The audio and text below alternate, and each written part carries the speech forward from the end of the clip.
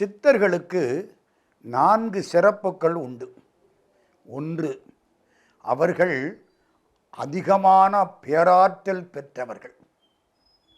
2, உலக நன்மைக்காக வாழ்பவர்கள். உலகம் நன்றாயிருக்க வேண்டும் என்று தொண்டாற்றக்கூடியவர்கள் சித்தர்கள். 3வது தான் ரொம்ப முக்கியம். அவர்கள் தாங்களாக தங்களை வெளிப்படுத்தி கொள்ள மாட்டார்கள். ரொம்ப ஒதுங்கியே இருப்பார்கள். கண்ணுக்கு கூட தென்பட மாட்டார்கள், வெளிப்பட மாட்டார்கள். 4வது என்ன தெரியுமா? நாம் மனமிறங்கி கண்ணீர் விட்டு அழுதால் நமக்கு காட்சி கொடுப்பார்கள். அடுத்தவனுக்கு உதவி செய்யக்கூடியவர்களுக்கெல்லாம் சித்தர்கள் தாங்களே வந்து உதவி செய்வார்கள். நாம் அடுத்தவனுக்கு உதவி செய்தால் நமக்கு சித்தர்கள் உதவி செய்வார்கள். அவர்களை பற்றி முழுக்க தெரிந்தவர்களும் இல்லை, முழுக்க பேசக்கூடியவர்களும் இல்லை. நம்ம பேசுகிற பேச்செல்லாம் 1000ல் கோடியில் ஒரு பகுதி. நமக்கு தெரிஞ்சது ரொம்ப கொஞ்சம். கற்றது கைமண்ணளவு, கல்லாதது உலகளவு. உற்ற கலைமடந்தை ஓதுகிறாள், முற்ற வெறும்பந்தயங்கூற வேண்டாம் புலவீர், எறும்புன் தன் கையால் எண்சான். எறும்பு அது கையினால 8 சான், யானை அது கையினால 8 சான், அது மாதிரி நான் என் கையினால 8 சான். இதில் என்ன எறும்பு மட்டும் நாம் பெருசு கிடையாது. நமக்கு ஒன்றும் தெரியாது. எதையெல்லாம் சித்தர்கள் நமக்கு தெரிவிக்கிறார்களோ அதைத்தான் நாம் பேச முடியும். அதனாலே சித்தர்கள் வரிசையில் பல சித்தர்களை சிந்தித்தோம். இன்னைக்கு இலங்கையில் வாழ்ந்த ஒரு பெரிய சித்தரை நினைக்க இருக்கிறோம். இலங்கை புண்ணியமான தலம். ஆர்கலி சூழ் தென்னிலங்கை அழகமர் மண்டோதரிக்கு பேரருள் இன்பம் அளித்த பெருந்துரை மேய பிரானை என்று திருவாசகம் பேசுகிறது. இலங்கையிலே பல ஞானிகள். யாழ்ப்பாணத்து பகுதி இருக்கிறதே, இன்றைக்கும் சைவத்தையும் தமிழையும் வளர்க்கக்கூடிய பகுதி அந்த யாழ்ப்பாண பகுதி. யாழ்ப்பாணத்து பெருமக்கள் உலகம் முழுக்க இருக்கிறார்கள். எங்கேயெல்லாம் தமிழும் சைவமும் சிறப்பாய் இருக்கிறதோ அங்கேயெல்லாம் யாழ்ப்பாணத்து தமிழ் மக்கள் இருப்பார்கள். இந்த யாழ்ப்பாணத்திலே கொழும்புத்துறை, அந்த இடத்திலே ஒரு பரமஞானி, கிட்டத்தட்ட 90 ஆண்டுகளுக்கு மேல் வாழ்ந்த ஒரு பெரிய சித்தர். அவருக்கு பெயர் சிவயோக சுவாமி. எல்லாரும் யோக சுவாமின்னு சொல்லுவாங்க. திருவாசகத்தில் ஈடுபாடு, திருமுறைகள் தெரியும், கீதை தெரியும், எல்லாம் தெரியும். ஆனால் பேச மாட்டார். அமைதியான சுவாமி. எங்களை பற்றி எழுதக்கூடியவர்கள் இன்றும் இல்லை, என்றும் வரப்போவதும் இல்லை. இது அவர் சொன்ன வார்த்தை. எங்களை பற்றி எழுதக்கூடியவர்கள் என்றும் இல்லை. எங்களை பற்றி முழுக்க எழுத யாரால முடியும்? ஒருத்தராலையும் முடியாது. அந்த யோக சுவாமிகளை பற்றி இறைவன் திருவருட்கருணையினாலே கொஞ்ச நேரம் சிந்திக்கலாம் என்று எண்ணுகிறோம்.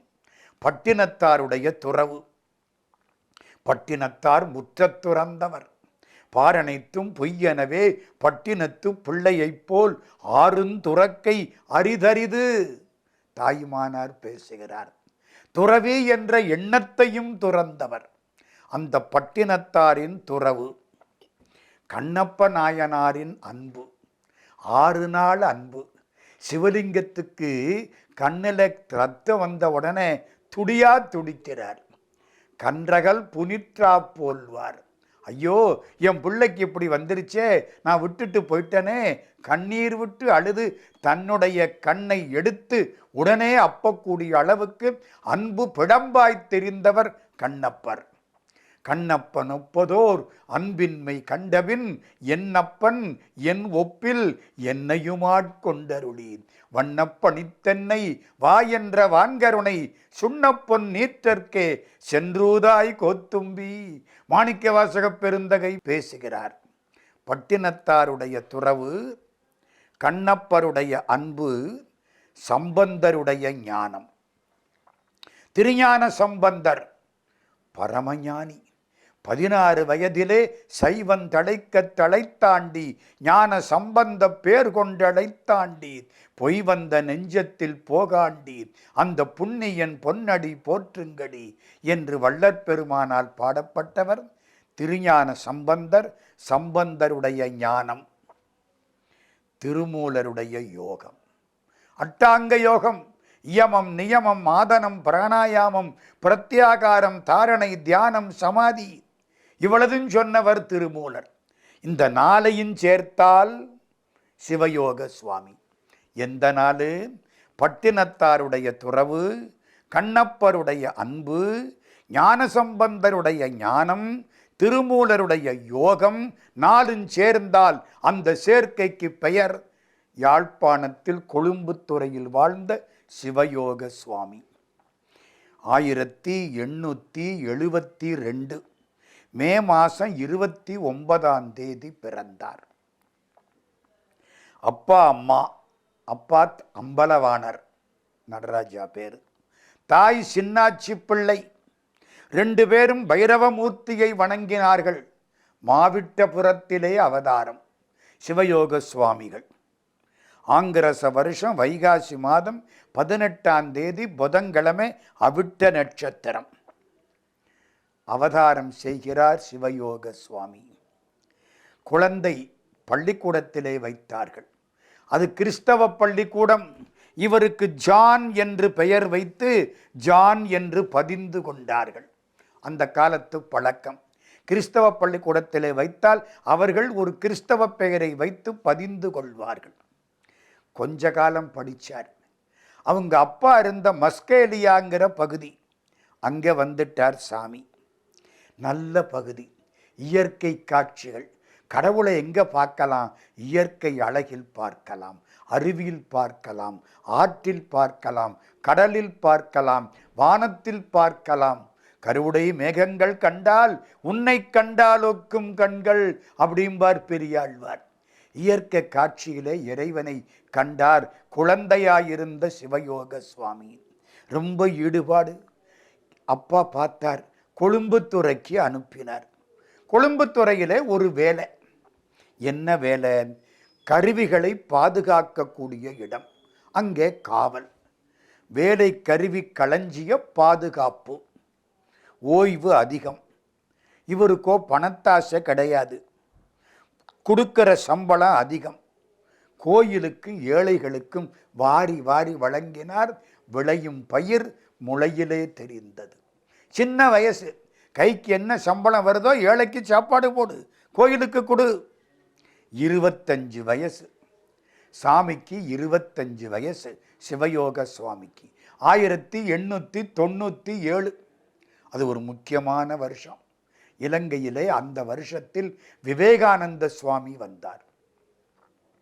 சிகாகோவில் பேசியது 1893. அதுக்கு 4 ஆண்டுகள் அமெரிக்காவில் இருந்து விட்டு பின்னால் வந்தார். இலங்கைக்கு வந்தது 1897. கோட்டையில் இருந்து இந்து கல்லூரி வரை ஊர்வலம் நடந்தது யாழ்ப்பாணத்திலே. விவேகானந்தர் சிங்கக்குட்டி மாதிரி மேடையில் 2 பக்கங்களிலும் உலாவிக்கொண்டே பேசினார் அப்படின்னு சிவயோக சாமி எழுதுகிறார். சிவயோக சாமி விவேகானந்தரை பார்க்கிறார். விவேகானந்த சிங்கம், சிங்கம் மாதிரியே 2 பக்கங்களிலும் நடந்தது, பேசினார், இல்லை கர்ஜித்தார் அப்படின்னு சிவயோக சாமி பேசுகிறார். என்ன தொடங்கினார் தெரியுமா விவேகானந்தர்? The subject is vast, the time is short. நேரம் குறைவு, செய்தி பெரிது என்று அற்புதமாய் பேசியிருக்கிறார். 25 வயசு சிவயோக சுவாமி விவேகானந்தர் பால் ஈடுபட்டார். நல்லூர் கந்தசாமி கோயில். வாழ்க்கையில் ஒரு முறையாவது பார்த்து வழிபட வேண்டிய திருத்தலம் நல்லூர் கந்தசாமி கோயில். ஆறுமுக நாவலர் பெருமான் இருந்து சைவத்தை பரப்பிய பகுதி அது. திருவிழா காலங்களிலே நம்ம சிவயோக சுவாமி அங்கே போவார், அங்க பிரதட்சணம் பண்ணுவார். பல நூல்களை படித்தார். பிரம்மசூத்திரம் படித்தார், பைபிள் படித்தார், குரான் படித்தார், திருக்குறள் படித்தார், திருமுறை படித்தார், கீதை படித்தார். ஒரு பக்குவம், படிப்பு நிறைந்து விட்டது. குருநாதன் தேவை, வழிகாட்டுவதற்கு குருநாதன் தேவை. தொட்டு காட்டாத வித்தை சுட்டு போட்டாலும் வராது. தாய் தந்தையை காட்டுவாள், தந்தை குருவை காட்டுவார், குருநாதன் மட்டுமே கடவுளை காட்டுவான். குருநாதன் வேண்டும், தவித்து கொண்டிருக்கிறார். செல்லப்ப சுவாமி என்று ஒரு குருநாதர் இவருக்கு கிடைத்தார். சிவயோக சாமியின் குருநாதர் செல்லப்ப சுவாமி. செல்லப்ப சுவாமியின் குருநாதர் கடையிற் சுவாமி. அது ஒரு பெரிய நிகழ்ச்சி. இந்த யாழ்ப்பாணத்தில் கடையில் சுவாமின்னு ஒரு பெரிய ஞானி. அவர் பைத்திய மாதிரி போயிட்டு இருப்பார். இந்த செல்லப்ப சுவாமி அவர் பின்னாலே போய் உபதேசம் வேணும்னு கேட்டாராம். இந்த கடையில் சுவாமி என்ன பண்ணாராம், ஒரு கடலைக்காரிட்ட ₹1 வாங்கினாராம். அதை ஒரு வெத்திலையில் வச்சு மடிச்சாராம். செல்லப்ப சாமிகிட்ட கொடுத்தாராம். கையில் கொடை வச்சிருந்தார் கடையில் சுவாமி. அதால் தலையில் ஒரு தட்டு தட்டினாராம். ஓடு விரட்டினாராம். இவ்வளவுதான் உபதேசம். இந்த உபதேசம் கடையில் சுவாமியிடத்தில் இருந்து செல்லப்ப சுவாமிக்கு கிடைத்தது. செல்லப்ப சுவாமியின் பரமஞானியாக ஊரார் கண்களுக்கு பைத்தியமாக தெரிந்தார். விசர் செல்லப்ப சுவாமி என்று பேசினார்கள். பைத்தியக்கார செல்லப்ப சுவாமி. எவனெல்லாம் கடவுளுக்கு பக்கத்திலே போகிறானோ அவனெல்லாம் பைத்தியக்காரன் என்று சொன்ன பைத்தியக்கார உலகம் நம்முடைய உலகம். ஆனானப்பட்ட பகவான் ராமகிருஷ்ணரை விவேகானந்தருடைய பாட்டி என்ன சொன்னாள்? அவர் ஒரு கிறுக்கு பிடித்த சுவாமி, பைத்தியக்கார சுவாமி. செல்லப்ப சுவாமியின் பேச்சு பல பேருக்கு புரியாது. அதனாலே அவருக்கு பைத்தியக்கார சுவாமி என்று பெயர் வைத்தார்கள். செல்லப்ப சுவாமி வெறித்த பார்வை, கருத்த மேனி. யாராவது காலில் வந்து விழுந்து கும்பிட்டா நிற்க மாட்டாராம். ஓடி போய் சிறுநீர் கழிக்கிற இடத்துல போய் நின்றுக்கு வரான். அப்பத்தான் வரமாட்டாங்கன்னு. நம்மளா இருந்தால் யாராவது காலில் விழுந்து கும்பிட்டா ஆசீர்வாதம் பண்ணிட்டு தட்சிணை கேட்போம். சாமி ஒதுங்கி நிற்பாராம். 40 வருஷமாக ஞான பைத்தியமாக தான் எடுத்த கோலத்தை யாரும் சந்தேகப்படாமல் நடித்து காட்டிவிட்டு போனவர் செல்லப்ப சுவாமி அப்படின்னு யோக சுவாமி எழுதுகிறார்.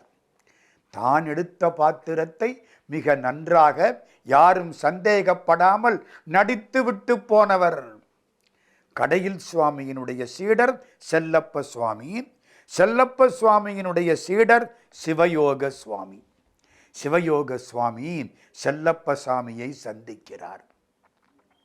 யாரடா நீ? முதல் வார்த்தையே அதுதான், ஒரு அதட்டு. யாரடா நீன்னா என்ன அர்த்தம்? நம்மளா இருந்தால் நம்ம பேரை சொல்லுவோம். அது இல்லை, பேர் இந்த உடம்புக்கு வச்ச பேர்.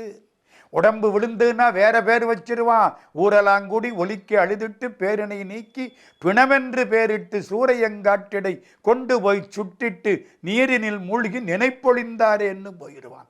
யாரடா நீன்னா என்ன அர்த்தம்? ஆன்மாவைக்கு கேள்வி. யார் நீ? உடம்பா ஆன்மாவா? அதற்றார். இவர் பேசாம இருக்கார். பல நாட்கள் ஆகிற்று. ஒரு நாள் பார்க்கிறார். நல்லதப்பா, உன்னை போன்ற ஆளைத்தான் நான் பார்த்து கொண்டிருக்கிறேன், காத்து கொண்டிருக்கிறேன், வா. அதுக்கப்புறம்தான் செல்லப்ப சுவாமி சிவயோக சுவாமிகளுக்கு உபதேசம் செய்கிறார். யாரடா நீ? அது முதல் வினா. தேரடா உள்ளே சென்று அறிந்து கொள். நீ யார் என்பதை உனக்குள் சிந்தித்து பார். இந்த உடம்பு நீயா? ராத்திரி தூங்குற பொழுது கனவுல எங்கெங்கேயோ போயிட்டு வர்றியே, அது நீயா? கிடையாது. ஆன்மா மட்டுமே நீ. உனக்கு அழிவு கிடையாது. யாரடா நீ? தேரடா தீரடா பற்று. இந்த பற்றுக்களை விட்டு விலகியிரு. தூங்குகிறவன் கைகளிலே இருந்து குடையின் நழுவுவது போலே ஞானியின் பக்கத்திலே இருந்து பற்றுக்கள் நழுவிவிடும். மற்ற பற்றனக்கின்றி நின்றிரு பாதமே மனம் பாவித்தேன். பெற்றலும் பிறந்தேன் இனி பிறவாத தன்மை வந்தெய்தினேன். கற்றவர் தொழுதேத்தும் சீர்க்கரை ஊரில் பாண்டி கொடுமுடி நற்றவா உனை நான் மறக்கிலும் சொல்லும் நான் நமச்சிவாயவேன். எல்லா பற்றுக்களையும் விட்டுவிடு, இறைவனை பிடித்துக்கொள். பற்றுக பற்றற்றான் பற்றினை, அப்பற்றை பற்றுக பற்று விடற்கு. என்ன உபதேசம் கேட்டது? யாரடா நீ? இப்போ உபதேசம் வருது. தேரடா உனக்குள் தேர்ந்து தெளி. தீரடா பற்று. பற்றுக்களை விடு, ஓர் பொல்லாப்பும் இல்லை. உலகத்திலே எந்த விதமான பொல்லாப்பும் கிடையாது, எந்த விதமான கேடும் கிடையாது. நல்லதை நினை, நன்றாக வாழ். பார்வையினாலே தீட்சை கொடுத்தார் செல்லப்ப சுவாமி. அந்த தீட்சையை பெற்றுக்கொண்டார் சிவயோக சுவாமி. ஒரு முறை சிவயோக சுவாமி சொல்கிறார், நீங்களானால் செல்லப்பரோடு ஒரு நாள் கூட நின்று பிடிக்க மாட்டீர்கள். நான் அவ்வளவு காலம் நின்று பிடித்தேன். அதுக்கப்புறம்தான் சிவயோக சாமியின் பெருமை எல்லாருக்கும் தெரிய தொடங்கிற்று. கிட்டத்தட்ட 1920 இருந்து அவர் மறைஞ்ச 1964 வரை 44 ஆண்டுகள் சிவயோக சுவாமி யாழ்ப்பாணத்தில் கொழும்பு துறைக்கும் அதுக்கு பக்கத்திலே உள்ள இடங்களுக்கும் பெருமையை கொடுத்தார். மரநிழல்ல போய் உட்கார்ந்திருப்பார். ஒரு முறை சொல்றார், எனக்கு பிடிச்ச இடம் எது தெரியுமா? 2. என்ன? 1 மரத்தின் நிழல், 2 என் அன்பர்கள் உள்ளம்.